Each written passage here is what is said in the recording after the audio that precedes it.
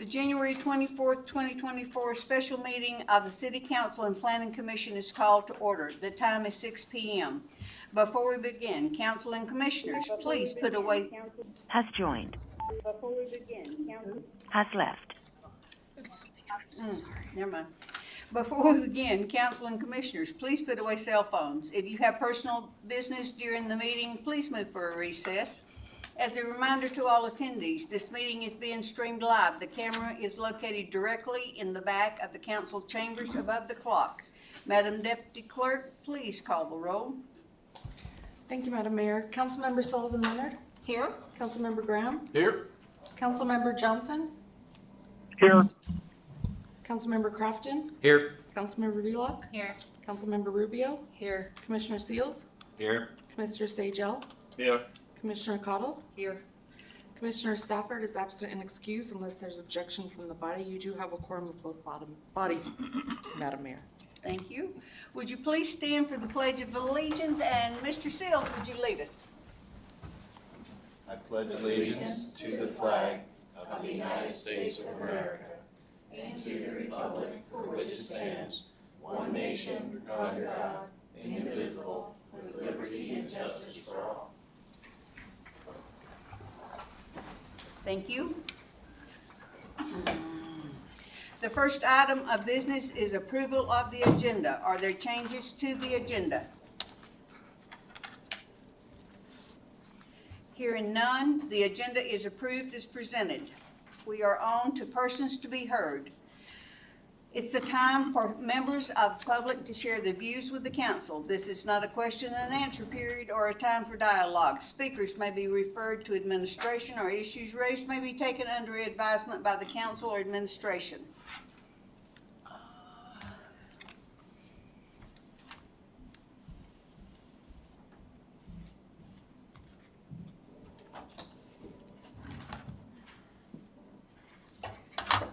Okay. The first one is Karla Capellini.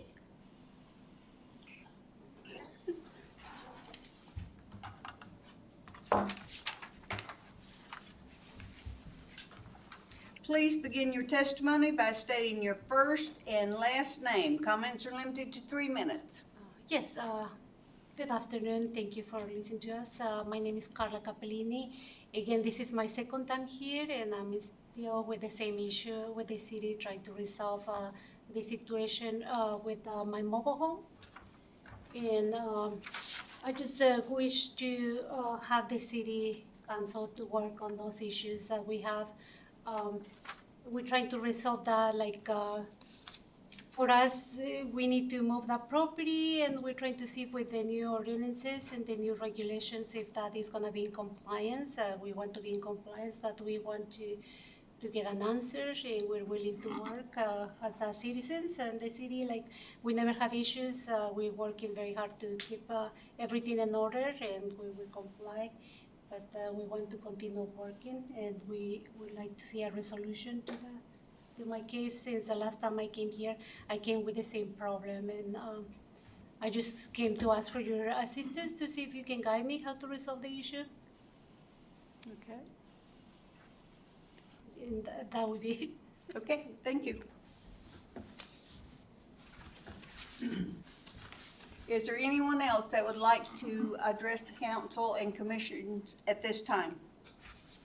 Seeing no one, we will close public participation and move on. There's no unfinished business. New business. Madam Deputy Clerk, please read item by title. Thank you, Madam Mayor. This is the rewrite of Wasilla Municipal Code Title 16, Land Development Code. This is Committee of the Whole. Okay, is there a motion to enter the Committee of the Whole? Madam Mayor, I move, we move into Committee of the Whole to discuss a rewrite of the Wasilla Municipal Code Title 16, Land Development Code. Is there a second? Commissioner Seals, second. It's been moved by Councilmember Graham and seconded by Commissioner Seals to enter the Committee of the Whole. Is there objection to the motion?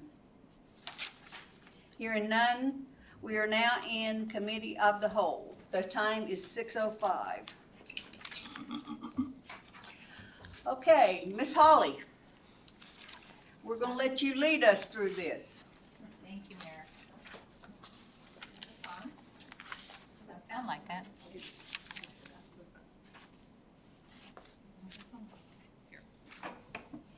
Hello, did that work? Yeah. We Green can- light's we can on. hear- We can hear you that time. Oh, is that, oh, there we go. I apologize. I'm not used to this microphone. New. And I'm technologically not gifted, so we will move forward now. Okay, so I wanted to make just some general comments before we delve into the PowerPoint. This meeting is designed to provide our baseline, sort of what documents we have, where we're going to go, how we're going to divide the segments as we move through what you see is like a 150-page ordinance revision. It's also designed to provide an overview of the policy and mission that the joint, that both the commission and the council identified at the joint session. So we're gonna start there. This will be the easiest meeting we have as we move through this code. So Looking at enjoy me it. when you say that. You're always the troublemaker. So I would say enjoy it, because after this meeting, we're really gonna get our hands dirty, or, well, we're gonna have clean hands, but we're going to be working very hard. So one of the things that was passed out tonight was a lay down. It's just a handout that really tries to provide some basic statistics for Wasilla regarding population, regarding by age range, by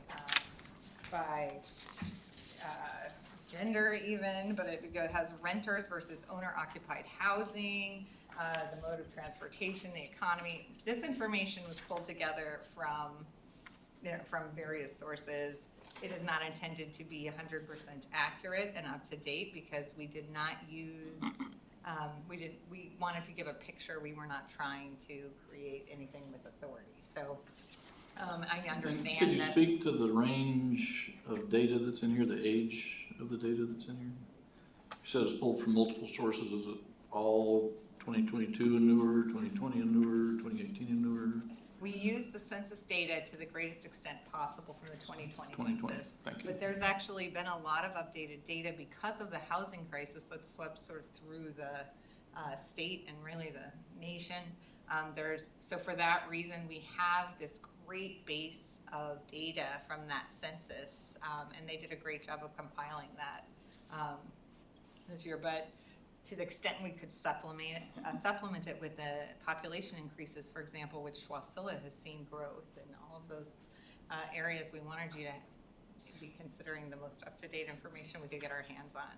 Before we bring the ordinance that this joint body develops, I would recommend that we actually make sure that that data is 100% accurate, as up-to-date as we can get it, and has clear references to where it's coming from, because you're making decisions based on it at that time.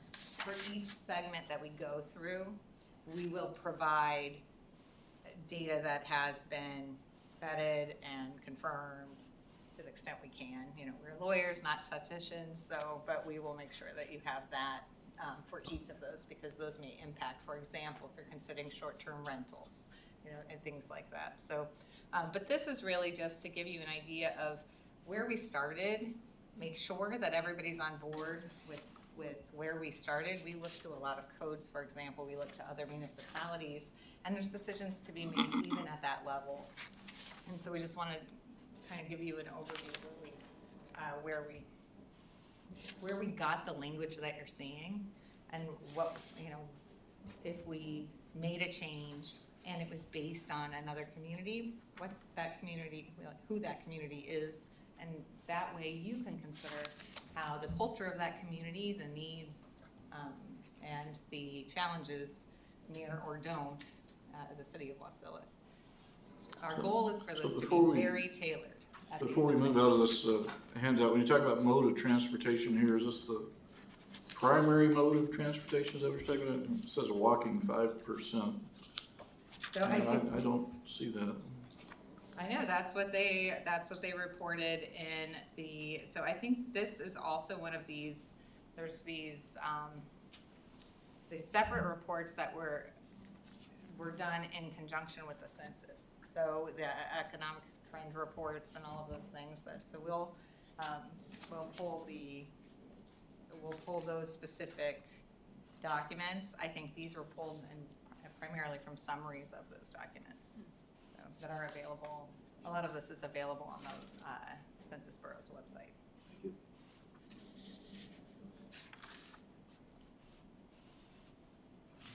So as you know, in 2023, City Council and the Commission met separately and jointly with the objective of considering the city's land development code and identifying areas in which the code could better meet the needs and objectives of the community.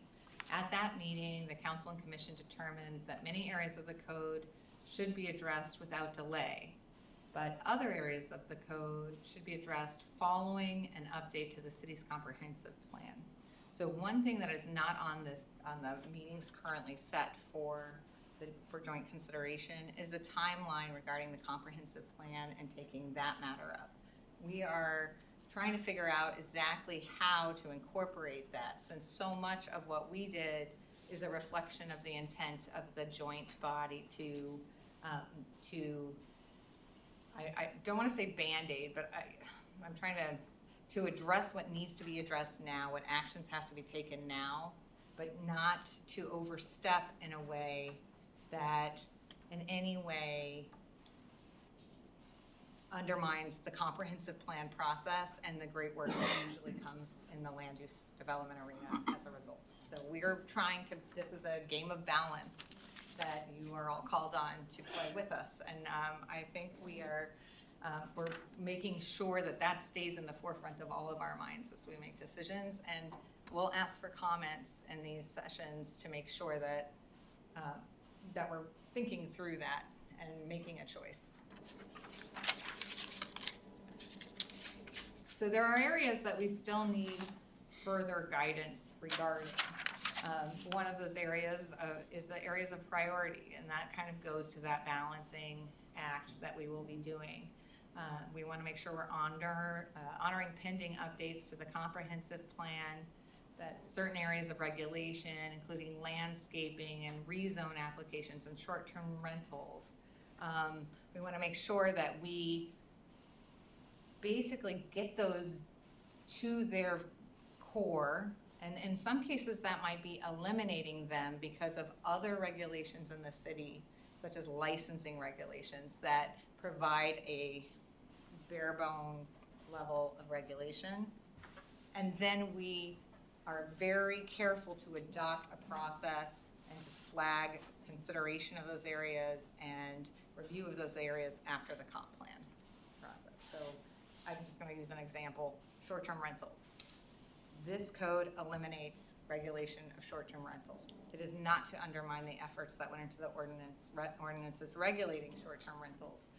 Upon our review, we could not find a deliberate discussion by the commission or the council for short-term rentals that identified the reason for the adoption of that ordinance and the regulations that were imposed that was specific to the city of Wasilla. So what we couldn't find, a lot of times short-term rental regulation arises from desperation and need. So you have communities that are gutted in some ways by the short-term rental market because they eliminate housing opportunities for residents and replace them with visitors who are not engaged in what happens with the schools or what happens with the businesses. You know, they're not engaged in those decisions, and people who are buying homes are able to buy homes for a much higher price, knowing that they are going to use them for short-term rentals, making single-family home buyers, that puts them at a great disadvantage. And so those communities, as that happens, they then show up in droves often saying our community is being adversely impacted by the short-term rental market. Whether or not that happens in Wasilla, that'll be a decision that this body, or this joint body really, needs to make and think about. But we could not find we couldn't find the meetings where we would expect to be seeing that when the ordinance comes forward. So there was a lot of criteria for who could and how they could operate a short-term rental. But there wasn't that purpose and intent by the bodies. So we could add it back. We have several versions actually that, that provide a more scaled back regulation. But our starting place was, if you take it out now and rebuild it after you do your comp plan and you've actually analyzed where the impact is and what you need in that short-term rental regulation, that is the approach we took, at least at this initial stage. So I'm using that one as an example. There's several other similar ones. Another one is landscaping. We reviewed the landscaping ordinance proposed by the committee, which has a lot of really great, regulation, but most of that regulation in a lot of communities is done in a permissive way. It's sort of a blue ribbon plan approach to landscaping, and a lot of the provisions did not allow for a very Alaska-specific or locally driven plan, right, or regulations. So we took a community, namely Soldotna, and we looked to their plan, which really did have embedded in it those Alaska-specific, community-oriented provisions. And we replaced your plan, or your code provisions, with the Soldotna one, tailored to Wasilla, and are working on a blue ribbon landscaping plan that incorporates all of the good work that the committee members, because they had a wealth of knowledge, right, in their various fields, so that you have that there. And questions that we'll be asking you when we're at that stage, we're going to be asking you questions about how do you incentivize the use of a blue ribbon plan? How do we, and I think in that case, if you decide to go that direction, that plan's going to come before the commission, who can really work and make sure that it truly is a blue ribbon plan. It is a best practices, and it is something, and you have real teeth to, or meat to, encouraging the use of that plan. Yes, and also. Madam Mayor, just a quick question. Do you want to finish your? Oh, I was just going to say, I really hope this is an interactive process. I know this is always a different meeting forum than we're used to, so. You bet. Thank you, Holly. Boy, the volume's loud on that one. I just wanted to see if you could clarify a little bit more with the blue ribbon plan. Are you talking about placards at businesses that enhance their business with flowers, shrubs, trees, or kind of what's the premise behind a blue ribbon plan? So there's two parts. I'm glad you asked that question, because there are two parts really. There is the potential to have placards. I have a blue ribbon plan. I'm blue ribbon certified, or whatever we call it, whatever term we come up with. That is one. It is a badge of honor, so to speak, for the entity taking it on. But it also, there are ways that you can provide expedited review. You can provide certain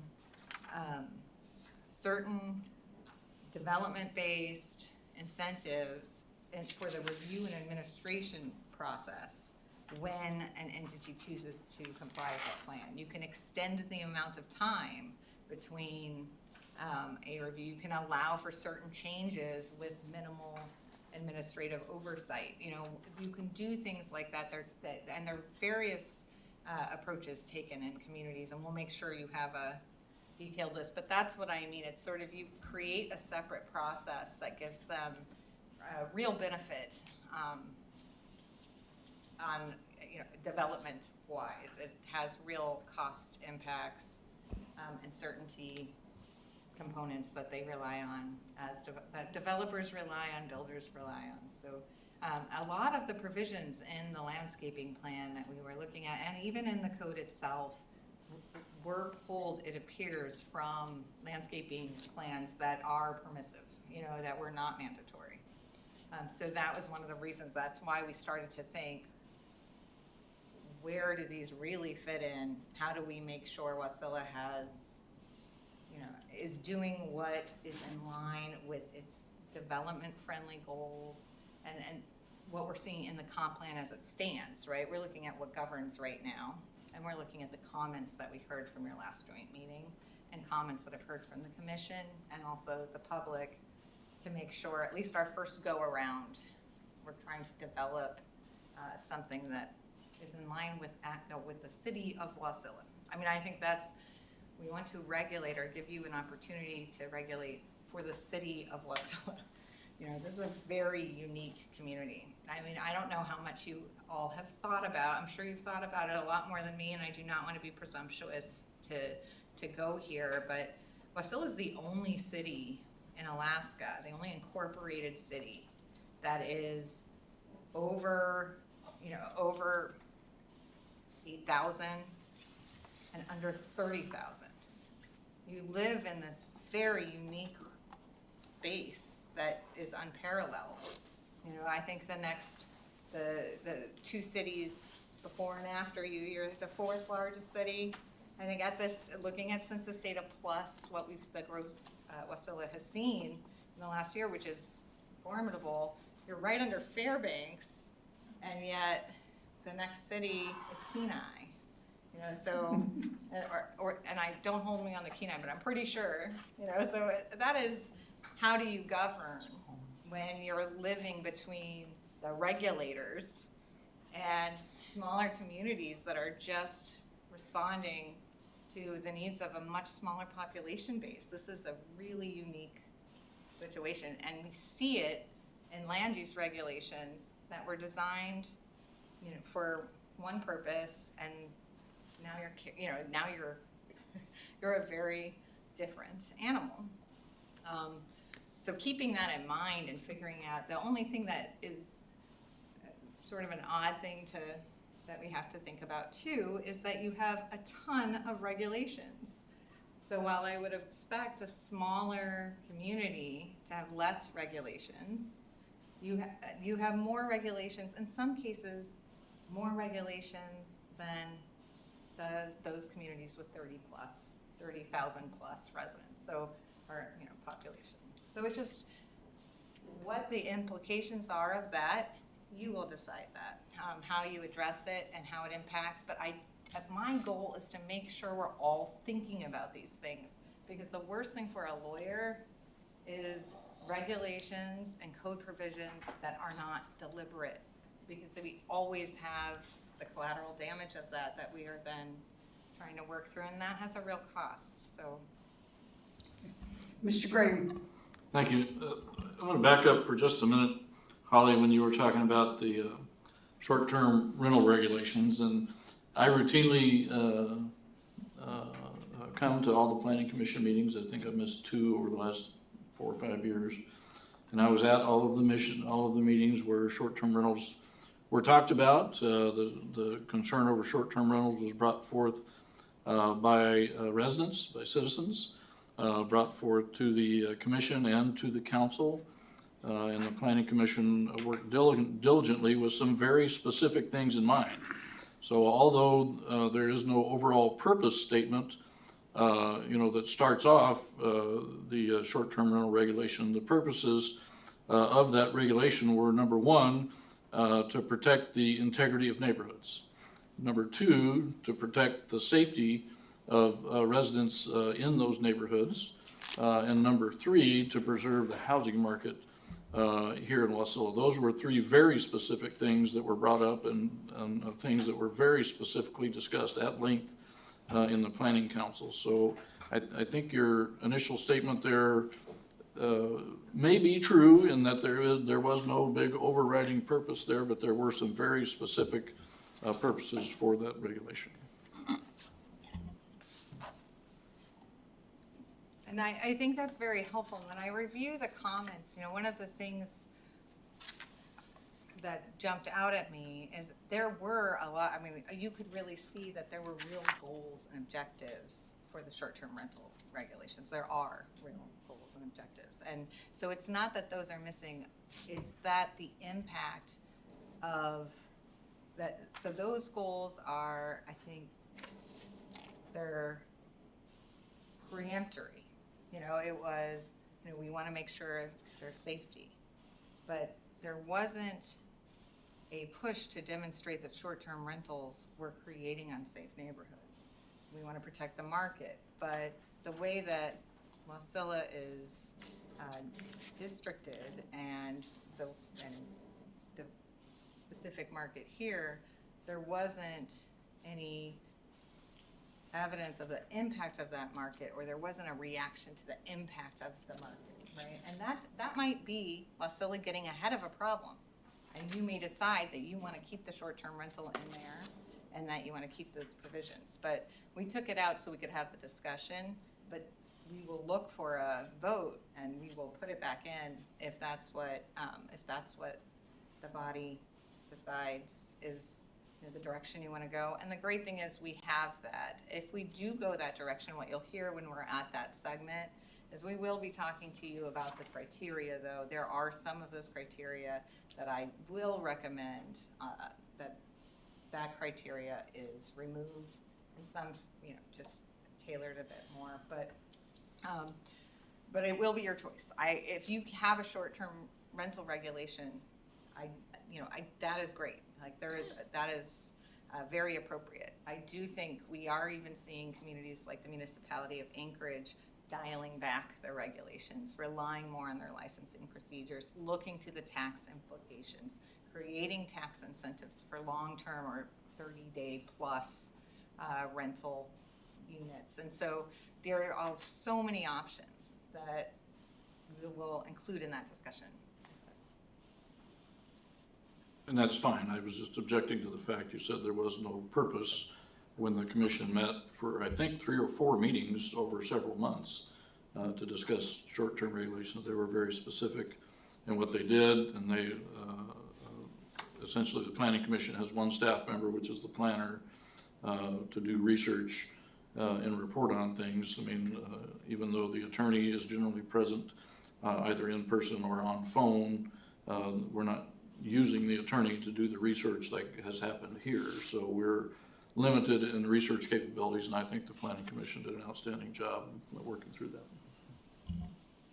Absolutely, and if I suggested otherwise, that was not my intent. I think that there is a lot of good, and I think even with the landscaping ordinance, I realize we haven't gone through adoption because we sort of incorporated it into this process, but nothing I say is designed to undermine the efforts that went into that as well. I mean, that is there is so much really valuable regulation and governance in that ordinance too. So to the extent I say something, where the Planning Commission members are like, wait a minute, please do speak up, because a lot of what I'm relying on too is I wasn't here for those, I didn't represent the city for a lot of that those earlier discussions, and I'm looking at documents that have legislative history, and that is stale compared to, or not stale, but it's static, it's not living, and you're here and you had the experience. So I have very thick skin. Feel free to jump in. Let's keep going. Okay. All right. So the approach we're going to take is a multi-segment approach. The overarching principle is that the Land Development Code should be a comprehensive title that works well both as a single unit and in terms of the component parts. Council and the Commission's review should endeavor to meet these goals. We want it to be easy to understand. We want people to be able to navigate it with ease, and I understand that it's not going to be perfect. It's land use regulation, but we want to make sure it's useful and clear. So the first segment, which is What we're delving into is really about purpose and intent and general provisions included in the current code and the proposed draft. I'm looking at those as they compare to each other. So it's really not the substance of the code so much, it's the direction. The second segment is going to be focused on the administrative approval and permitting processes. So during that segment, we're really going to delve into how you permit, allow, or restrict use. We're going to look at what the district use chart has laid out. We're going to look at the proposed changes and talk about how those decisions are communicated to the public, how those decisions are made, and what you really want to do as far as, do we want to just outright permit anything in the city? Because at this point, we don't. We don't outright permit much at all. Almost everything requires some form of a land use permit. And that's unusual for a small community. And honestly, it's become unusual for a large one too. But if we want to do that, we can. We just need to decide that we are going to regulate at that level and understand the resources that we need to do that, and then be very clear with the public about what that means for them when they are trying to develop or a parcel of property. The next segment, segment 3, will be focused on the hot topics of landscaping and parking.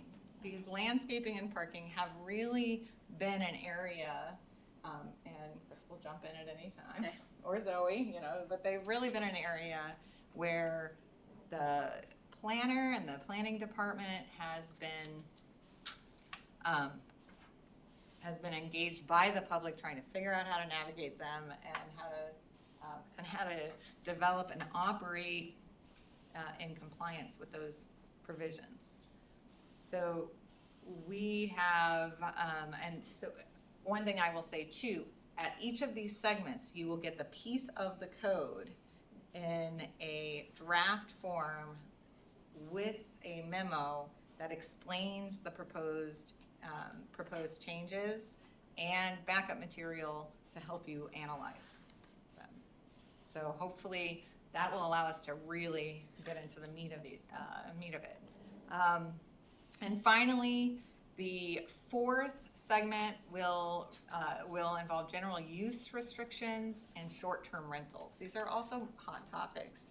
In theory, again, short-term rentals did not seem like individual short-term rental applications and the approval of those applications is absolutely a hot topic in the city of Wasilla.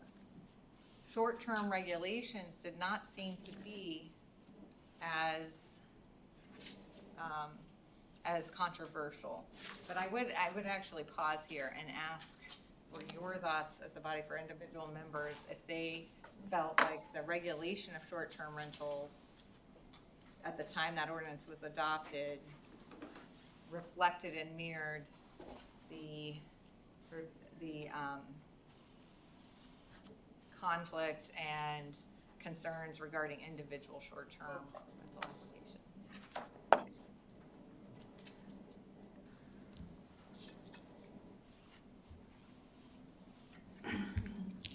Stu, you and I were on council when this was adopted, was it not? Yes, ma'am.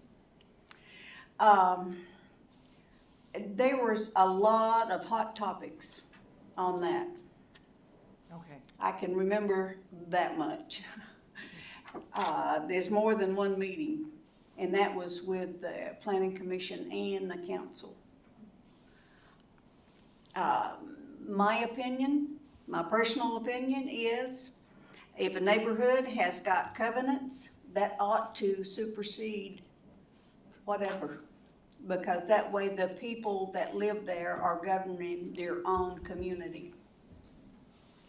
So, I can't remember, I can remember people talking about, parties.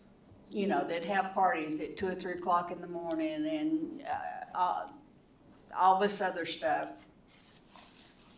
But that's about I've slept 2 days since then, so that's about all I can remember. And, you know, as the mayor mentioned, there was some discussion about neighborhoods, you know, that have covenants, and of course, those covenants would override anything that the city has, because the covenants are attached to the land. You know, and then it would then be to, if there's a homeowners association or whatever, to enforce the covenants. The city would not do that, of course, but the city's 105 years old. You know, we have lots that were platted 105 years ago. You know, so short-term rentals was not a thing 105 years ago. You know, so the council and the commission have to look at what, you know, what is the character of the city and what does the character of the city want to be going forward. I think currently the regulation allows for 75 short-term rentals inside the city limits of Wasilla, you know, which, as you say, is about 10,000 people. And as I recall, we have about, is it 4,400 platted lots or something like that. So it's a reasonable percentage. So that encourages home ownership by persons like those of us sitting here, and allows ownership by investors as well. But the regulation also, I believe, limits any one owner through himself or herself and subsidiaries to own more than 3 short-term rentals. So it discourages an investor coming in and buying up a whole block of properties, for instance. And also the code, I don't believe, allows for side-by-side short-term rentals. I think there has to be a certain 2 lots between them. I can't remember right off the bat, but I mean, the character of Wasilla is kind of unique from other cities that you talk about, where they talk about tax incentives. We don't have the ability to do that because we don't have property tax. So we can't incent you to buy by saying, well, if you're, you know, if you're a first-time homeowner, we're going to give you a 1 mil rate versus the 3 mil standard rate, or we're going to, you know, forego your property taxes for 5 years. We don't have that sort of thing. So the commission and the council have to come up with regulations as opposed to, you know, incentivizing things to make things happen. And I think the city of Wasilla is probably, of any city, you know, over 4,000 people, the city of Wasilla is the most conservative city in the state. You know, when it comes to family values, when it comes to education, when it comes to all sorts of things, and particularly when it comes to voting, we vote very conservatively, and I think our voters, our members, our property owners expect us to protect the values that they have, not to impose new values upon them. And I think because of that, I think the short-term rental regulations that we have, I think were very well thought out, and included things like parking. One of the things we missed was snow removal. You know, we did the regulations in the summer, and now we're storing snow in parking spaces. So, you know, but you know, that's something that can be fixed. If it's brought to the commission as a problem, they can recommend something be fixed on that. But like you say, it was a proactive approach to a problem that was brought forth by probably 6 or 8 different complainants. When I say complaints, I mean property owners here in the city that had either propose short-term rentals or operate short-term rentals in their neighborhood. So in some cases it was reactive, like the mayor talked about, and in some cases it was proactive. I think it was good legislation. I think it still stands as good legislation today. We have had, Crystal, correct me if I'm wrong, but I think we've had 3 applications and 2 of those were appealed. So we've only got 1. Actually, Mayor, we have 5. Okay. 5 permitted. What page are we working off of here, so I can look at it? I mean, I know you've got the graph that shows AA and X for whatever the thing is, but is it in our working piece here so I can look at it to discuss it? Instead so- of thinking off the top of my head here. Is it in here at all? So when we do, no, because when we do segment 4, when we're really delving into short-term rentals, you will have. And that's not in here, Holly? No, Okay, and you'll all right, have, very good. but Crystal and the planning department, they created a breakdown of the permits, what permits are open, which ones, when, what the, for 2022 and 2023, and the total number of permits. So when we get to those sections, when we're talking about the permits, you'll have that in your packet. Okay, so short term is more towards the end, so why don't we follow kind of what we have on the agenda and keep going that way if you don't mind? Just Absolutely. let's- And one thing I will say is, this is good information because it allows us to bring forward a updated draft of short-term rentals. And nothing I say during these sessions is designed to undermine the authority or the propriety of any of the laws adopted by the city and currently in effect. So it's just very important that I say that, because I'm gonna be kind of talking about recommendations, and I don't want the public to feel like the code and the laws of the city are in question. They're not. And if we saw an illegal law, we would recommend a change, and you would be seeing individual ordinances coming before the body or before the council, and that's not the case. But I do think what I found incredibly helpful about your comments, Councilmember Graham, is that it is hard to pinpoint the culture of a community and the goals and the purpose, because right there, you know, you emphasize the use of regulation for a conservative community. But often when thinking of a conservative community with conservative values, my go-to when I'm trying to draft regulation for them is to preserve autonomy. Because a lot of times conservative communities are looking for less regulation and more individual ownership rights, individual entity rights, you know, and that, so, and both, I can see how both fit within a conservative viewpoint, and it's only through these discussions that I can figure out exactly where the city of Wasilla and, you know, might end up landing. So that means I know what I need to bring during segment 4, you know, so that you have what you need to get where you want to go. So to the extent other members of the commission or the council have something like that, you know, comments like that, it's really helpful to give them to us now, so you have the packet that you'll need, and when we get to the segment. So that's why this is the easy one. The purpose is to kind of figure out what we need, you know, for each specific piece. So you were just wanting to gather some information when we get to short-term rentals, right? Just kind of what our thoughts were on it.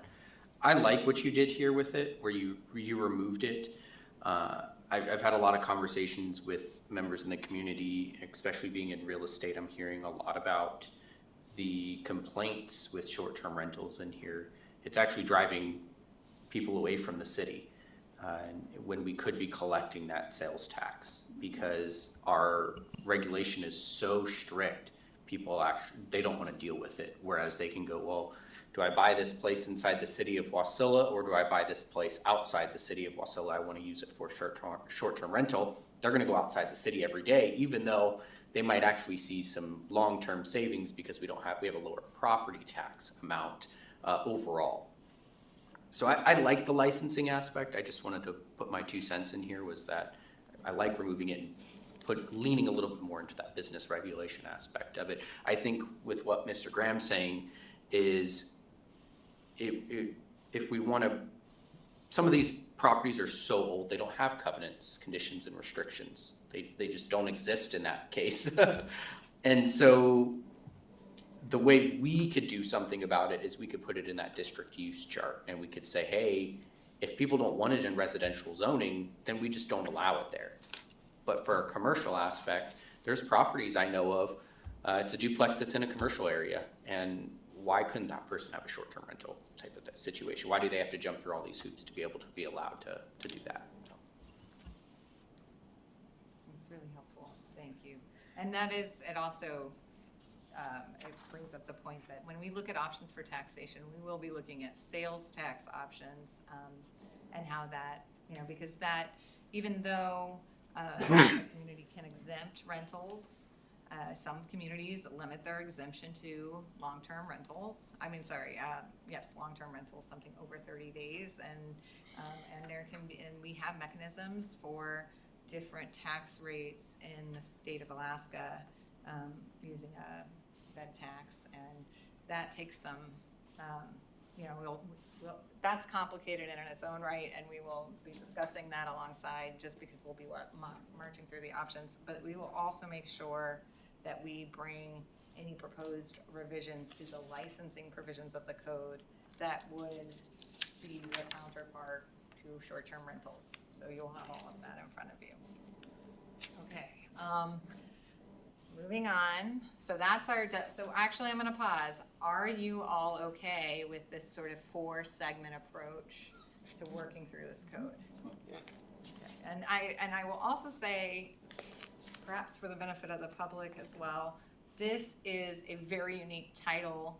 The ordinance draft is like 150 pages or so, 130 pages, and that's a reduction. There's a lot taken out of this code, and that is why this is such a comprehensive consideration, and we're going through these steps. This is not, I don't think the city needs to do this for every rewrite, but I just want to make clear why it's so onerous. So there are concerns, and the concerns really expressed by council and the commission regarding the current regulatory structure. Why are we going through this and using all, taking up so many of your evenings? We want to look at what uses are allowable on individual property owners, on the property they own, because there seems to be a lack of clarity, or the feeling of a lack of clarity on what can I do?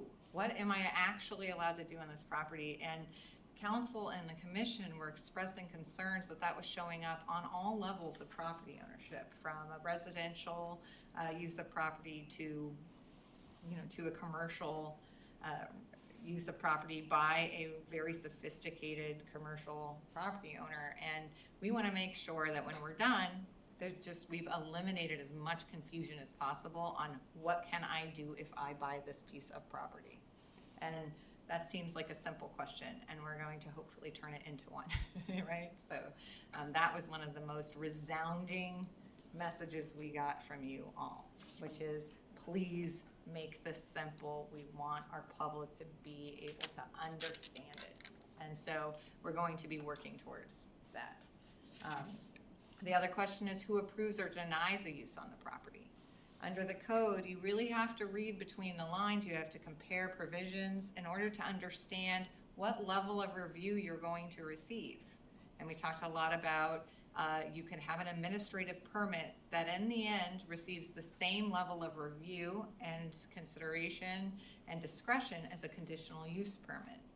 And a person who's applying for that use permit doesn't necessarily anticipate that. Doesn't mean the code is broken. It's certainly there in the code if they want to delve in and put the pieces together. It just means it's not simple, and it's not easy, and it's not as clear as this joint body wanted it to be. The other question is, when can they anticipate a decision regarding a use on their property?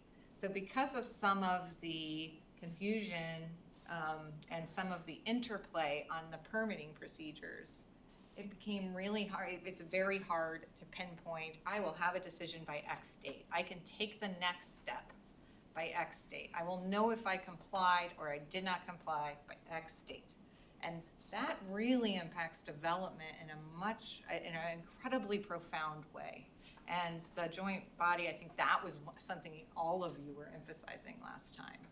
We want them to be able to succeed, and certainly don't want to be an impediment to that. Whether we're talking about a single property owner, a renter, or or industry. Madam Mayor. Yes. Holly, when I was on the commission, we actually went through an ordinance that basically addressed who it was changing the different types of permits as well as the timeline. Are we just doing away with that one in its entirety basically at this point, and just looking at this? So a lot of the time periods that were proposed, and this is one of the, I think this is one of the benefits of involving the legal team on the front end. Imagine being a person who is subject to the time periods, trying to bring the time periods to a body that evaluates you or your performance. It puts a planner in the position to abbreviate the time that is necessary and to change the process to appease a government body. And I am not saying, I understand there was the Planning Commission has always had great relationships with the planners. The planners have worked diligently. The administration and council and the commission are very collaborative, but this is human nature. This is the reality of what happens to a code provision. So we step back from that to really think about what is realistic for the consideration of a permit and the appeal and the process for the permit. Let's get those timelines, what we think is realistic. And we often see a lot of, we see the process from a different angle. We see the missed deadlines, right? So, and in many different communities, and we see them on many different projects, from the most complex to the simple. So we're gonna give you our recommendations, and you can move those dates, and I promise you, we will emphatically disagree with you if we see some place where that is really gonna put your staff in a bind and put them in a situation where, they're just trying to keep up and maybe having to make decisions and make choices that they shouldn't be having to make in order to get where they need to go. So we're not scrapping that in the sense that we are very aware of it, we are paying attention to it, but we will bring that to you and discuss the changes and deadlines. And one of the things, actually, I'm gonna make a note. So Zoe and I will provide like a deadline comparison where you can see where you've been, what's there now, what we recommend, and then either Zoe or I will walk through and explain, this is why, this is how we see that playing out. Okay, thank you. The other thing is enforcement. This confusion, or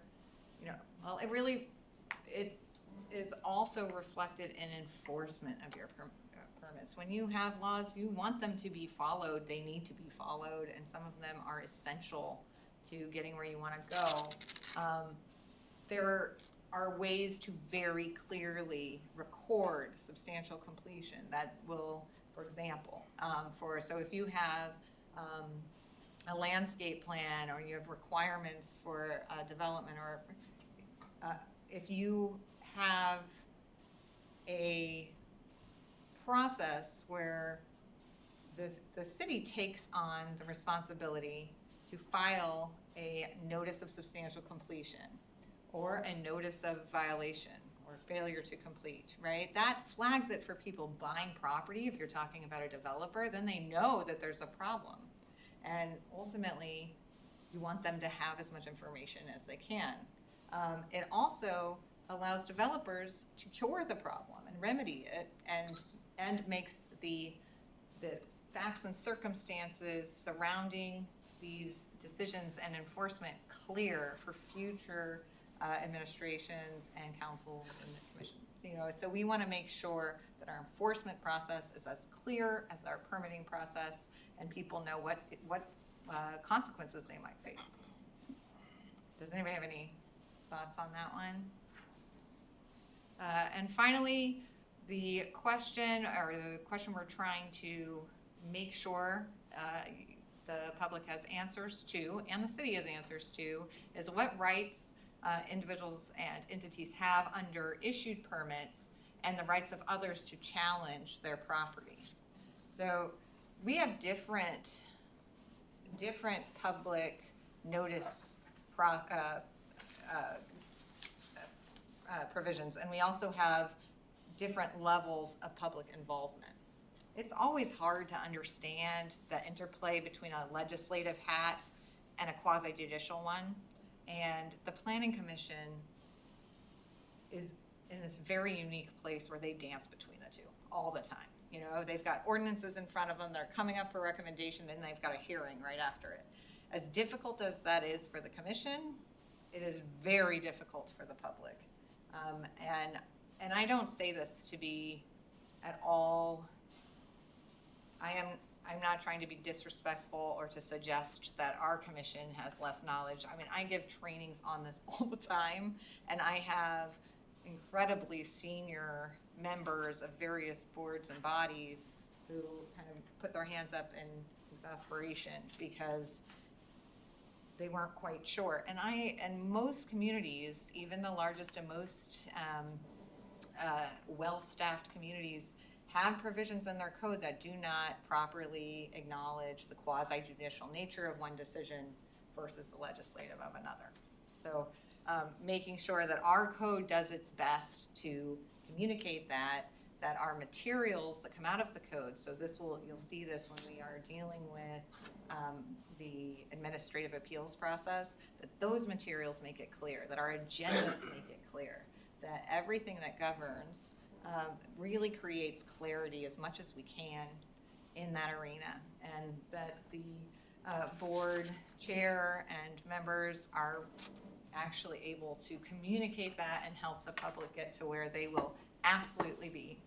And many of you already are, just to be clear. I think Wasilla, because of the clerk's work, the planning department's work, I mean, there is a lot of knowledge and you operate on a very sophisticated, efficient level.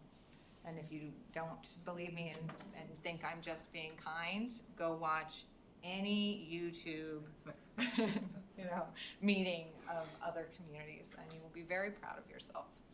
And as well you should. Goodness. So the other thing we're going to talk about, and I know I'm throwing a ton of information at you. I'm actually going to ask you all to give me your comments on all of these things so that Zoe and I can really absorb them because they will impact the other segments. But discretion is really important. Holly, we have a council member that has to leave by 8 o'clock. Okay, I'll go faster. Okay. Okay. So anyway, think about discretion. Think about where you want it to live. Think about the implications of it. And we'll talk about it very specifically. Discretion will always be brought up in each of the segments. And I think you all have a copy of the PowerPoint and you can see the specific concerns with discretion that we're trying to balance. We want to be efficient and with our procedures and our process, we want to give our planning department authority to make and take action. We want to ensure the discretion lies with the bodies as much as possible, the planning commission, with the members that are appointed, and council when we're talking about certain legislative components with planning commission input, but we want that discretion to live in a place the public feels like it is a process and can engage, and it's done in a way that is transparent. And so we want to minimize discretion with the administration, right? We want to minimize that discretion, but allow it when it makes sense. So we're going to do that balancing act together.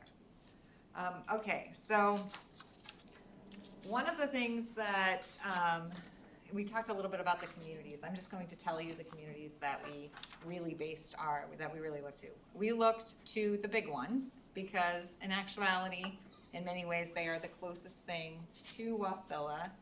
And our question was, is Wasilla getting bigger or is Wasilla getting smaller? So we did look to Juneau, Anchorage, and Fairbanks.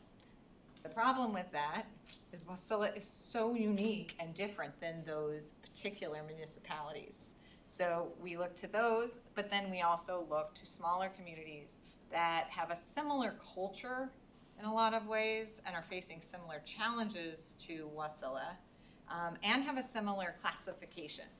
So communities that are a first-class city within a second-class borough, that's really powerful because they have exactly the same authority you have.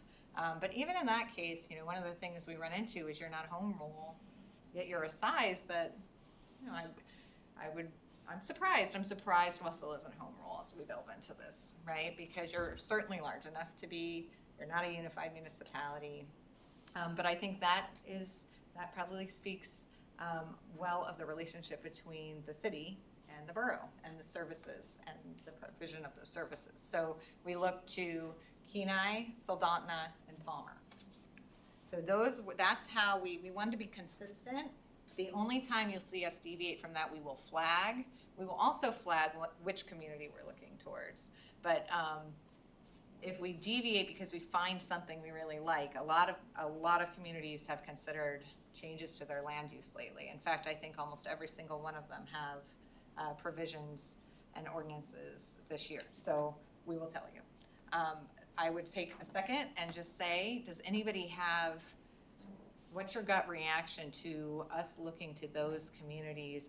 And I'm talking as a matter of sort of culture, location, challenges, concerns. Is there another community that I might be missing that is different in size, but you're thinking we need to be paying attention to it as a whole? Are you looking only at Alaska communities? Because, I mean, Alaska is a frontier state. We're a growing state. We're in our relative infancy as a state. And when we look at other states which are less populated, the Dakotas, Wyoming, New Mexico, portions of Colorado and Arizona, they have cities similar in size to Wasilla, which had similar growth patterns at one time. So are we looking historically at these communities, or are we looking only at Alaska communities? So that's an excellent question. We have looked to outside communities as a matter of process. There's some communities that have done very innovative things in short-term rentals, that have done innovative things regarding zoning and planned unit development. And so we are paying attention to those trends, but Alaska is so different than all other states for so many reasons. One, our constitution is different, so we have a right to privacy that we have to pay attention to that has impacts on our laws that are really unusual. So there are restrictions on land use that are available to everybody but Hawaii. So we look to them because they also have a constitutional right to privacy that we cannot do. And it's the reason why we don't have red lights taking pictures of us in Alaska. That is not lawful here, but it is lawful in virtually every other state, right? So it's things like that we don't think about. Like, why isn't that here? But we have this. We have these differences. They're very significant differences. Our classifications of municipalities and the Title 29 gives municipalities in Alaska a lot of power, and that power has been protected routinely by the courts. So the interplay between the state, interplay between tribal entities and the cities, immunity components, and lots of land use decisions are very different here. So we start here. That's why we start here. We do look to other places. That said, if you find something that you really like, and there's language that you really like, very often it can be adapted. But bring it forward. But we're trying to kind of narrow our scope and make sure at the end of the day, the code is very specific to Wasilla. So, and that's the other thing too. I mean, when we look at landscaping, for example, that's very hard. We're looking at, well, what are they doing in other sort of, Arctic temperatures, but the wind in Wasilla and all of these pieces, it really made that difficult to look even at other populations and other states. Were just so unique. Another place to look is Canada, honestly. Like on the municipal level, they do have some really helpful legislation. Holly, I think also Wasilla's unique because we are only 13.5 square miles. We're dense in the amount of property, but yet what's happening to us is we're growing so fast that you've got businesses coming in and buying up homesteads or mom and pop's little house and whatever and putting a business in there. My house just bought Kathy, help me out here on the name of the homestead. But anyway, Model building is going, yeah. yeah, they're gonna build a complex over there.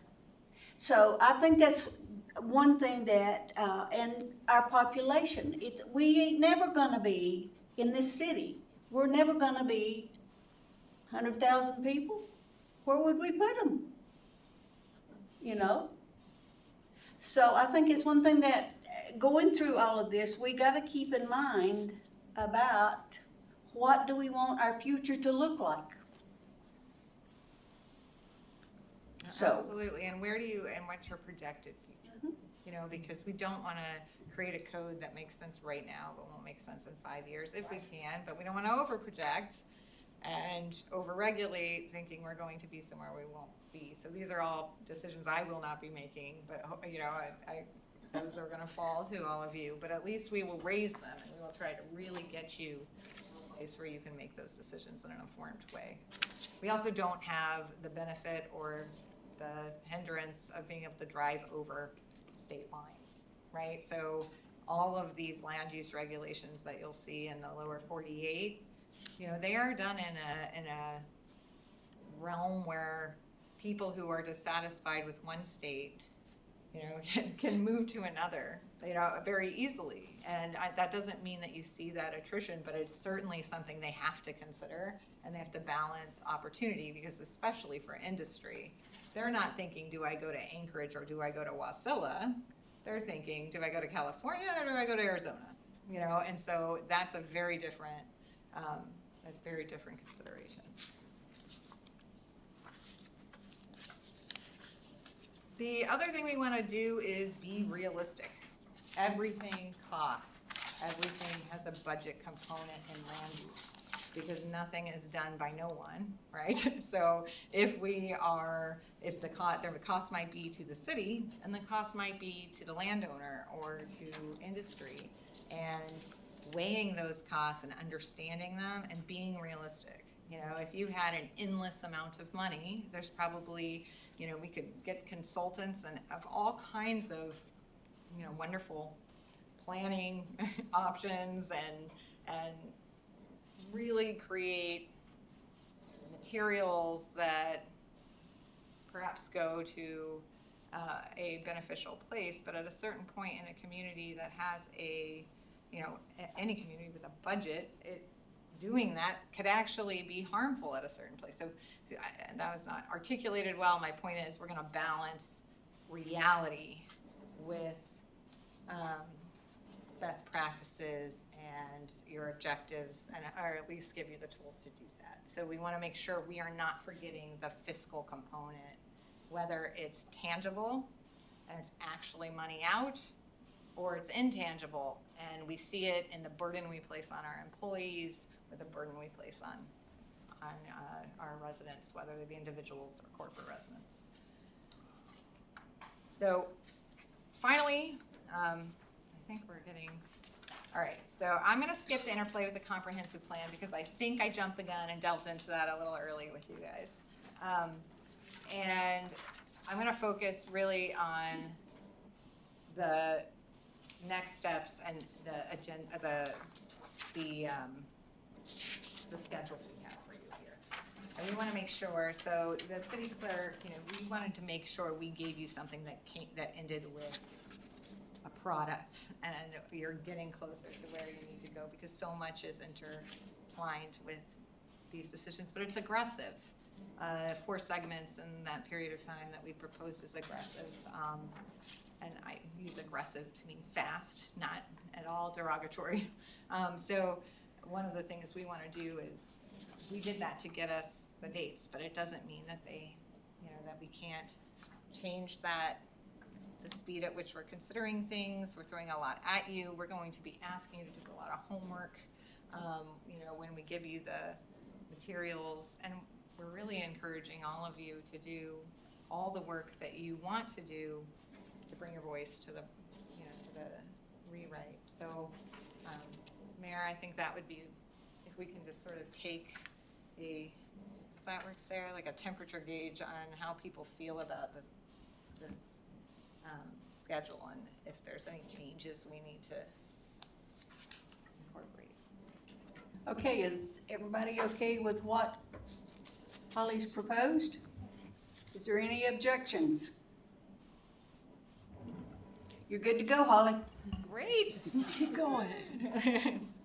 All right, so we're gonna do a lot of really hard work, and then you're gonna have a product in record time. So I think that's, when I say we, I'm including all of you. So, and this will, and I think also just encouraging the public to participate too, because we'll end up with a much better product.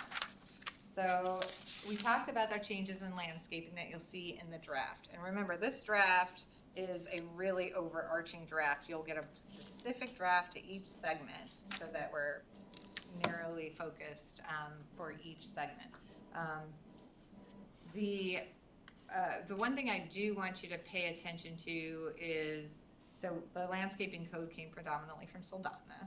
So you can look at that, but the provisions are really designed, and this was our main focus, was to make provisions that they're fluid with the environment and the habitat here in Wasilla, so that to the extent there is discretion, it's discretion to ensure that we're not imposing a requirement that we can't meet, for vegetation we don't have, or that in some way actually has a negative impact, which happens sometimes because Alaska's odd, and so we have a very specific vegetation and plant life, and it differs from others.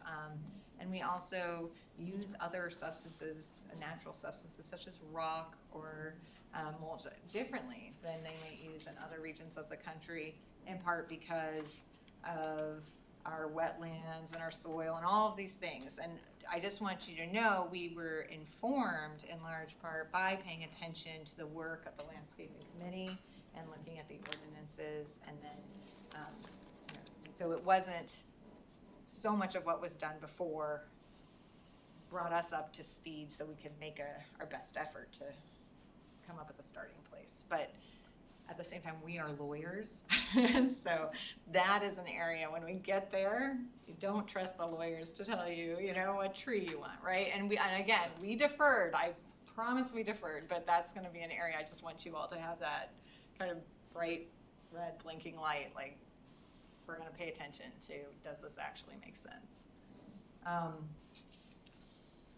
So the rezone application process, we're going to really try, so the rezone application process, we've seen that in action a little bit. Amending a zoning map and what happens and how that happens and what the criteria is. So first of all, rezone application is legislative, it is not quasi-judicial.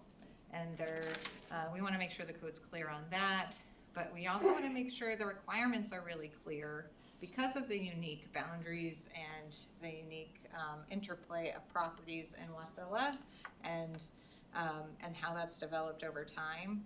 Rezone does happen here, and we want to make sure the criteria match why you want it to happen. So that'll be another one we'll be really drawing your focus to.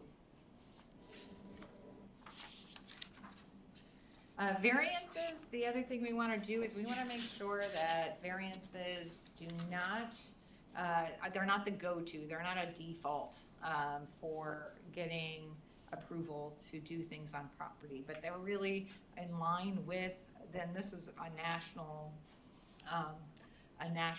sort of standard, that they are really there when there is a harm, there is a hardship that was not caused, and I use caused in a very specific way, which we'll talk about later, by the property owner.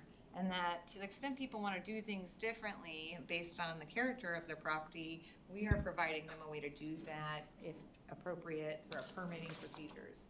And so what we really want you to understand is permitting is something you allow by law. Your laws have been drafted in a way to allow it. You just are controlling when it's allowed. Variances are when you say, we've actually prohibited this, and we don't have any allowance in our code, but we're gonna let you do something that is illegal under our code. And so that is why, and that separation is not as clear in your code as you want it to be. You do not want the commission having to deal with variances very much at all. It should be very rare. They should be dealing instead in permitting. And so you'll see that, and we'll talk a lot about that when we get there. Parking is gonna be a conversation predominantly led by this body. I mean, we see large municipalities removing parking restrictions left and right, in part because, and we see outside, Councilmember Graham, this goes to one of your points, do we look to the lower 48? All kinds of innovative approaches and sort of this shift in thought patterns as to how do you deal with parking? Or do you do 5 allotted spaces for X, you know? Or is there any benefit to allowing greater density and sort of shared parking or a less regulated parking districts, because it leads to development that is walkable in a lot of cases, and it also and it leads to creative development is a lot of the arguments we see coming out. So it's just shifting, and I don't know why it's shifted so much. I'm guessing in part there's a lot of cars out there, or there's many more cars on the road perhaps, and there's a lot of shared spaces and this real push to move communities to some area that is walkable. So I'm not sure, but we have some presentations on that. We have some information from other communities outside Alaska. This is the one area you will see that. I expect this to be a hot topic, and really it's going to be a policy-driven one, I think, because there's been so much in Wasilla based on the overlay district and so the regulations have seen a lot, and so the collective knowledge on this joint body is going to be incredibly crucial for that piece. And so, look, I'm done 7:17, not bad. So I think we're good. I feel like now we know that you're good with, maybe not great, but you're all on board with our timing and our approach. And so I think unless I hear that we have got the purpose and mission wrong, well, I'll presume that what we're doing is a reflection of your earlier joint meeting. That's obviously essential. We will bring, so far from this meeting we will bring a draft short-term rental chapter that is revised but intact, and so that option is there. So when we're moving, we can move quickly and make a choice. We will bring the permitting, and Councilmember Sullivan Leonard, you can help me here if there's anything more than what we have. So we have a breakdown. What they have prepared is a breakdown of all the permits. Crystal, actually maybe breakdown of all the permits 2022, 2023. Right. Okay. Do you want to know so when we bring that deliverable or handout, what else can we give you for the permits? Are there specific questions regarding short-term rental permits, or is there, and you don't have to answer me now, but if someone does have something they want to share, this is great. If not, email is great, and you can email the clerk and she'll make sure we get it. Yeah, okay. Don't want to put her in a position to get, one thing I would say is if you email the clerk, please identify the segment that you're hoping to have it for. It doesn't mean we won't have it for all of them, but that will also help us. If we think of something specific to that segment, we'll add that in based on your request. Anything else you think that we should think on the track? The other handout that we anticipate bringing is the use chart and a breakdown of what we propose, and a comparable with other communities, so you can see what are they approving, what are they allowing permits. We also have a comparable or a comparison of their procedures, how is it appealed, where does the discretion lie? So you can really see what the options are. So I'll just add one thing. Today we went to the Anchorage Economic Development luncheon, and they had about 50% of it was retention and recruitment of staff, or for talent. But the other was about this housing issue and parking issues. And it was the first time that I've seen them track mobile homes as a home. They've never kept that data before, and primarily it's because of the high inflation and what's affordable is very subjective. So I would highly recommend, maybe we can do that as a follow-up, send that link so you guys can look that these conversations are happening just 100 miles away. How they're permitting, what they're permitting. I would also have you keep in mind that, you know, we do have limited land like Anchorage that's developable right now. We may want to consider reuse or repurpose or incentivize the market to do that. Also keep in mind, we have a sales tax like Soldotna. They live on sales tax with a 0.5 property tax. So they want to be that commercial hub. They want that commerce to be very vibrant, and yet we have developers that come and want to develop housing, which we're really happy they come here, but what do we get from that? I mean, we hope they buy bread, but we don't, like you said, Mr. Graham, we don't collect property tax. So is that the best use of our land? And those are the things that will be in the comp plan. But housing is a really, really hot topic. Parking, like you said, short-term rentals. But that presentation we saw today is probably the most up-to-date I've seen for issues that cities are dealing with. And we'll send that link out. And I really, just to dovetail into Crystal's comments, when we look at short-term rentals, we will be asking you to look at housing so that we can understand, because it was very hard to understand from the data we had what the housing crisis, which is sort of a statewide issue, what that really looks like for Wasilla, you know, and that might be a failure certainly on my part, you know, but I just really couldn't put the pieces together in a way that I felt comfortable that I had the whole picture. And so working on that, and we'll continue, we're gonna gather resources so that we have a better idea. I can't help but wonder if this wasn't a problem in 2011 as well. When I look at the comprehensive plan, I think they spent a lot of time, you know, deciphering that issue. I think on, is it Appendix B that had, what is it called? It's like it's a market analysis on lodging and retail and office spaces.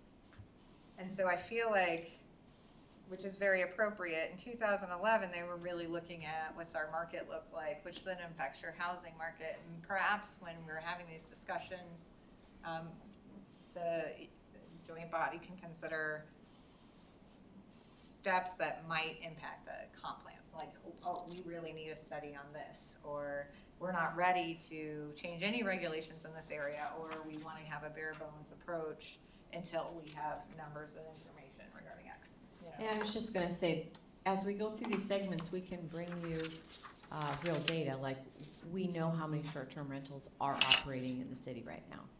We have 5, and we have 1 B&B.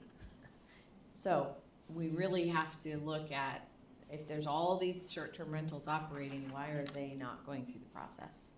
And so we'll bring real information for you guys to look at before with that. That's probably gonna be helpful. I'll work with licensing and planning. Yeah. Absolutely. And so the only other thing I would say is, Zoe, is there anything else I should add or that I missed or that you want to emphasize? I don't think so. Well, good. See, well done. Segment 1. Check, check. No, but, Is there questions or comments, Ian? Thank you, Madam Mayor. I just wanted to add on to the parking situation. I don't know if anybody else wants to chime in on it. I'd like to see what some of these other communities are doing. I think Crystal and I have had a conversation around this as well, and probably a lot of people have heard me say it, you know, how often do you see the Fred Meyer parking lot full? Once, twice a year? Do they really need that amount of space? if they're only filling it once or twice a year, I feel like you could stick another business in there if they wanted to try and give up some of that parking space. So I'd love to see what other ways we can, fix our parking issues. We'll add a comparison for that for the other communities. And I also think there are a lot of ordinances that have been generated in the last 60 days in other communities on parking, so we'll include those too. Yep. Thank you. I can tell you that Anchorage said today that they have done away with their parking because the land that they were using for parking lots, they're building buildings on now. And in the city of Wasilla, I have yet to see a parking lot pay us anything on sales tax. Madam Mayor. Yes. So, number one, thanks for all the hard work that went into this, and thanks everybody for being here. But moving forward, when you bring forward ordinances, essentially that shelve existing ordinances and replace them, it's awfully easy to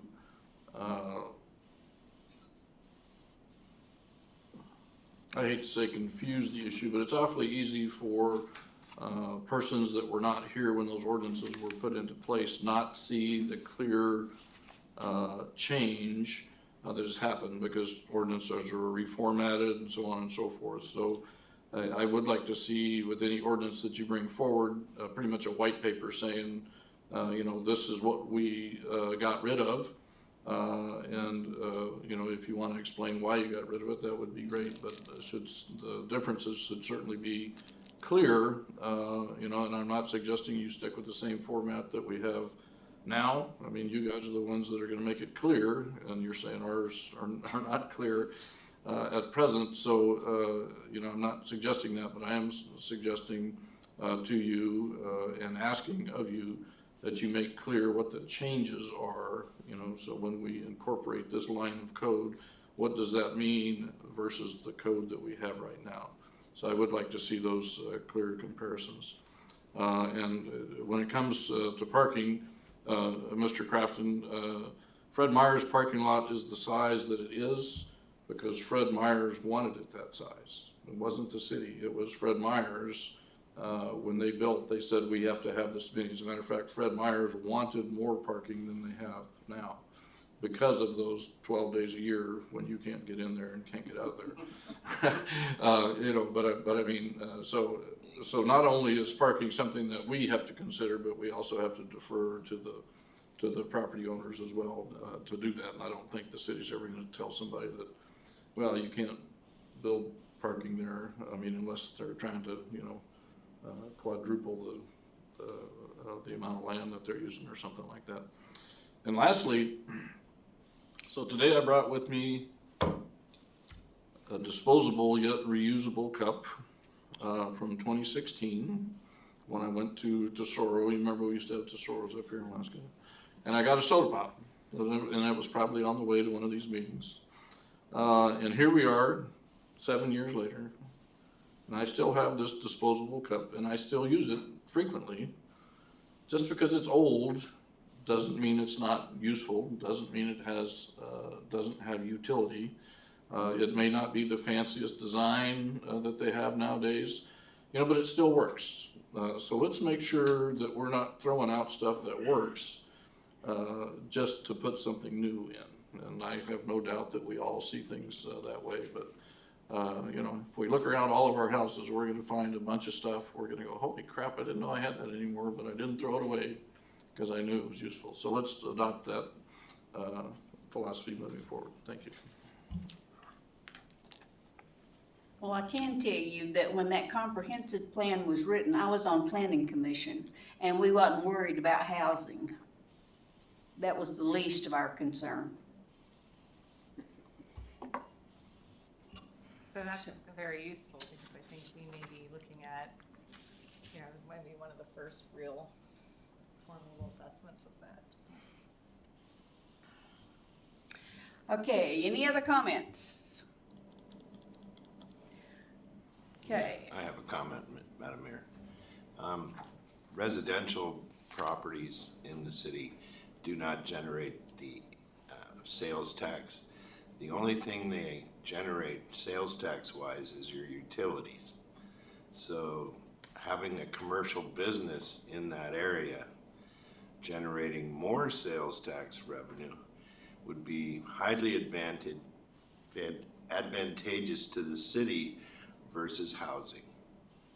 I mean, we all need a place to live, but there's lots of places here in the valley that can be developed, and for Wasilla to gain more land, I think the balance would be, I'd rather have businesses versus residential, just for income for the city. Okay, any other comments? Madam Mayor, if I may reply to Commissioner Seals and of course to Councilperson Crafton's talks about revenue for the city.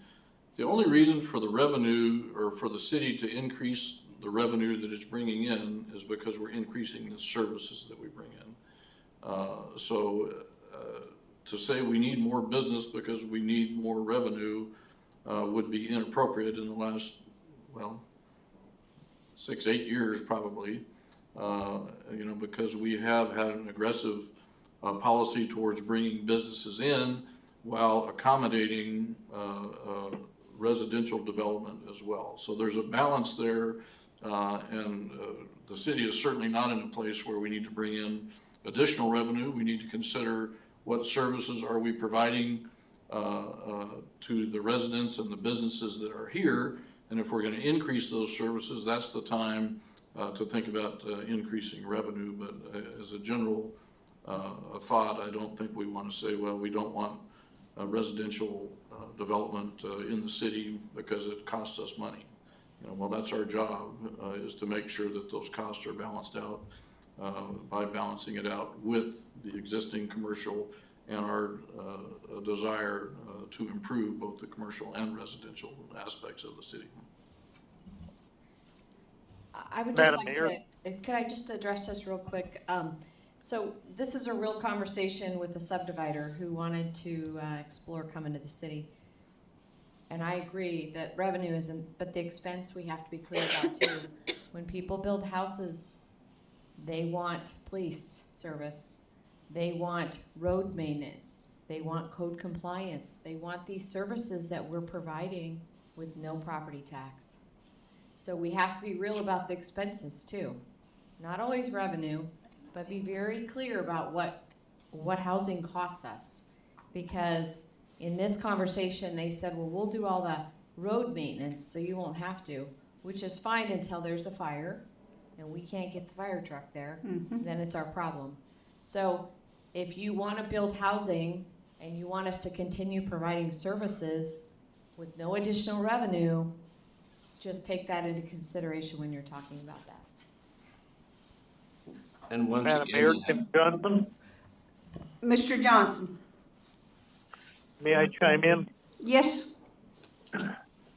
I think that we need a balanced approach, and I think the comprehensive plan would issue that balanced approach.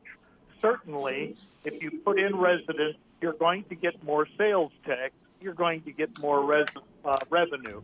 But it has to be balanced. It can't be one-sided. Okay. Mr. Seals? well, and you have to think about not only the infrastructure and its age, but the maintenance and upgrading of that infrastructure. The city needs to have a bank account set aside for that specific purpose. So I'm not dissing residential, but our infrastructure at some point is going to age out, and we're going to need the money to come up to take care of that. That was part of my point. Thank you. And Mr. Seals, I agree with you, and we are about there now. Because our water and sewer, we're playing catch up to bring it up to where it's not over capacity. Because right now we have got 40-some tanks to replace around Lake Lucille. And they're our tanks. So, you know, there's a lot of this aging infrastructure that we have got to take care of. We've kicked the can down the road and it's at the end of the road. So we've got to do that. Mayor, just to, I think this really highlights, so when we're trying to figure out what we decide, what you govern now or change or update now versus what you wait till you get direction through the comp plan process and through that document, I think that is the balance. You know, when you're having this discussion regarding housing, that has an impact on so many regulations, including, for example, short-term rentals, including parking, including, you know, that is why we're trying to scale them back until you have that conversation. We absolutely can engage in that conversation and draft legislation and propose it that addresses any one of those things. We just want you to be conscious of the need for that conversation and make a decision to have that conversation, even if it's like a conversation light compared to the comp plan, where you're gonna get that public participation in those hearings. So we are working on the comp plan piece in order to come back with like a timeline, so we're aware of what that looks like and when it's gonna be and what those steps look like. So you can decide, do we wait on this? Do we not wait on this? Okay. Any further discussion? Hearing none, is there a motion to exit committee of the whole? Rubio. Is there a second? Madam Mayor, a second. The motion has been made by Commissioner Rubio and seconded by Commissioner Crafton to exit the committee of the whole. Is there objection to the motion? Hearing none, we are out of committee of the whole at 7:36, and we are on to audience comments. It's a time for members of the public to share their views with the council. This is not a question and answer period or a time for dialogue. Speakers may be referred to the administration, or issues raised may be taken under advisement by the council or administration. Is there anyone present who would like to address the council at this time? Seeing no one, we will close audience comments, bring it back to the dais. Madam Deputy Clerk. Thank you, Madam Mayor. To the commissioners and the council, your annual public official financial disclosure statement is due by March 15th. If you just shoot us an email, we can get it directly from APOC. The next joint meeting is going to be on January 31st at 6 p.m., followed by February 6th at 6 p.m. joint meeting. Next regular meeting of the council is February 12th, 6 p.m. And then Valentine's, February 14th. We're going to have a joint meeting with the Planning Commission at 6 p.m. It's gonna be lovely. Yeah. Oh, won't that be joyful? Okay.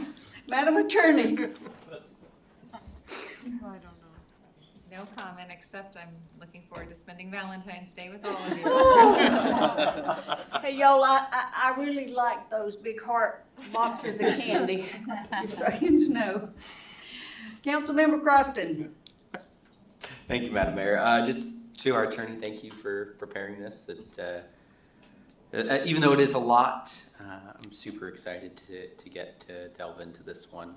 It was something that the Planning Commission and I were working pretty heavily on as well, so excited to finally see it come to fruition here over the next couple weeks. We'll see you guys next week. Thank you. Councilmember Johnson. Thank you, everybody, for your detailed report. I think I learned a lot in it, and I look forward to the coming discussions. Thank you. Councilmember Rubio. Big shout out. I'm going to piggyback what Ian said. Holly, awesome work. I've been looking forward to this for so long. I can't wait for it, so I'm very excited. Councilmember Sullivan Leonard.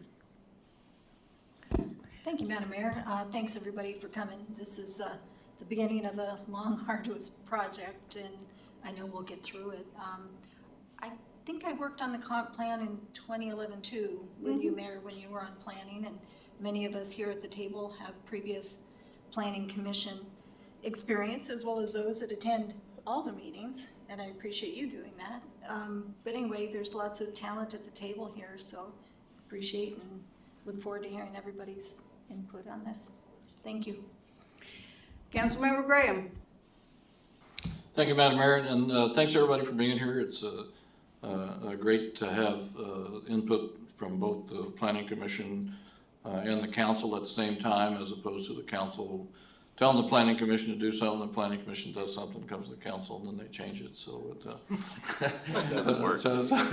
so it's great to have everybody sitting at the same table, so we can get a little bit better idea of what everybody's temperature is, and this is gonna be a great project with, very long-lasting effect, so it's time well spent by each of us, and I certainly appreciate everybody's volunteering to do that. One thing I would ask, Holly, on your handout that you had on the table today, on page 2, there's a Wasilla renter versus owner occupied by household type. If there's a way that you could give me some trend data on that, whether it's 5 years ago, 10 years ago, that shows right now there's 55% versus, 10 years ago there was 58% or something. That would be helpful background information for me if it's available. I don't go spend $10,000 to find that, but if it's available, that would be great, and I would appreciate that. And I appreciate Ms. Capellini, your coming to us today again to let us know that things aren't progressing as maybe as rapidly as you think they should, and we have unfortunately have no idea that it's not progressing unless you come and tell us. So we appreciate you being here and bringing, I'm assuming, your family with you. So. I have a question. Are we allowed to come to all of these? Yes, you are. Come, show up on Valentine's Day. We'll have So why she drops it? But this is so cool. Like, I spent time in university and just learning and wanting to make changes in the community, and when I was in person, I was just like, oh my gosh, this is so cool. Well, it used to be you could read about these in the paper, but now you have to look at them on a website or something to figure out when they are. But Online. sorry, getting that dig in there. But I appreciate everybody being here. Appreciate the planning department sitting through this to make sure that we don't tell too big of lies as we go through. So thanks everybody for being here. I appreciate it and look forward to getting this resolved. It's not going to be resolved next week, but the work that we do, over the next several months is going to impact us for many years to come. Thank you. Councilmember Vlock. Thank you, Madam Mayor, and thank you, Holly, for your work. And I really believe this is needed. I was on the Planning Commission before being on the council, and I have to say I didn't like it. It was very confusing for me because we would be, a recommendation would come to us to approve a variance. We were approving variances every meeting, and we were having, now I see planning commission meetings once a month or something. It seems like we were meeting a lot. We were meeting, I think, every other week. And there were always variances, and we would be told that this one's recommended to approve, but you know what, this one isn't. And to me, it should have been just the opposite. I could never tell what we should grant, what we shouldn't. It was always so confusing. And, the ordinance was so long, and it was just, like I said, not enjoyable at all. So I'm like, I gotta get out of here. So I ran, on the council. But anyway, this is really good. It's gonna be nice to have it to where it isn't confusing. And I loved hearing Holly state that variances should be rare. They were not rare at all when I was on the planning committee. They were every time, and there was no rhyme or reason to if you should approve them or not. So anyway, I was really happy to hear that. And I'd also like to know the Fred Meyer that Ian shops at, because when I go, that parking lot is packed all the time. So I'm like, now does he go to Palmer? I don't know, but anyway. Are you shopping in Palmer? Yes. It's too far away. Our Fred Meyer is packed all the time. I have to get my prescriptions there and plus, all my shopping, and it's packed all the time. Anyway, that's all. Thank you. Okay. Commissioner Seigel. Thank you, Madam Mayor. Yeah, I just want to thank Holly for all that work. I did some of that stuff in my previous life, so. But I think it needs to be done, and I'm looking forward to all the input and all the arguing and mudslinging that goes with it. Thanks. Okay, Commissioner Cottle. Thank you, Madam Mayor. I'm really looking forward to diving into all of this and hopefully coming out of this with plans that are our revisions are concise and very user-friendly. I think being able to go through this and do this will go a long way towards improving the relationship that the city has with the general public and with developers. And I think that's really needed, so I'm excited about this. Okay, thank you. Commissioner Seals. Thank you, Madam Mayor. And thank you, Holly and Zoe, for your hard work. And Crystal, you had a little bit in there too, just a little bit. I've seen Wasilla since 1974. I've seen its mistakes. I've seen its championships, and I'm looking for a bright future for my kids and my grandkids here, and the city to be sustainable. Thank you all. Thank you. Holly, thank you so much. This has been, hopefully with this rewrite, then, like Commissioner Cottle said, the developers, people that want to come and whatever, they can understand what the code says. Because, and maybe it's me, but right now, it's not very user-friendly, I don't think. Because I can read it one day and think this and go back the next morning and think that. So, let's look at a third grade level understanding, because that's what the public wants, really. But I was on planning when we did the comprehensive plan. I was on council when the short-term rental.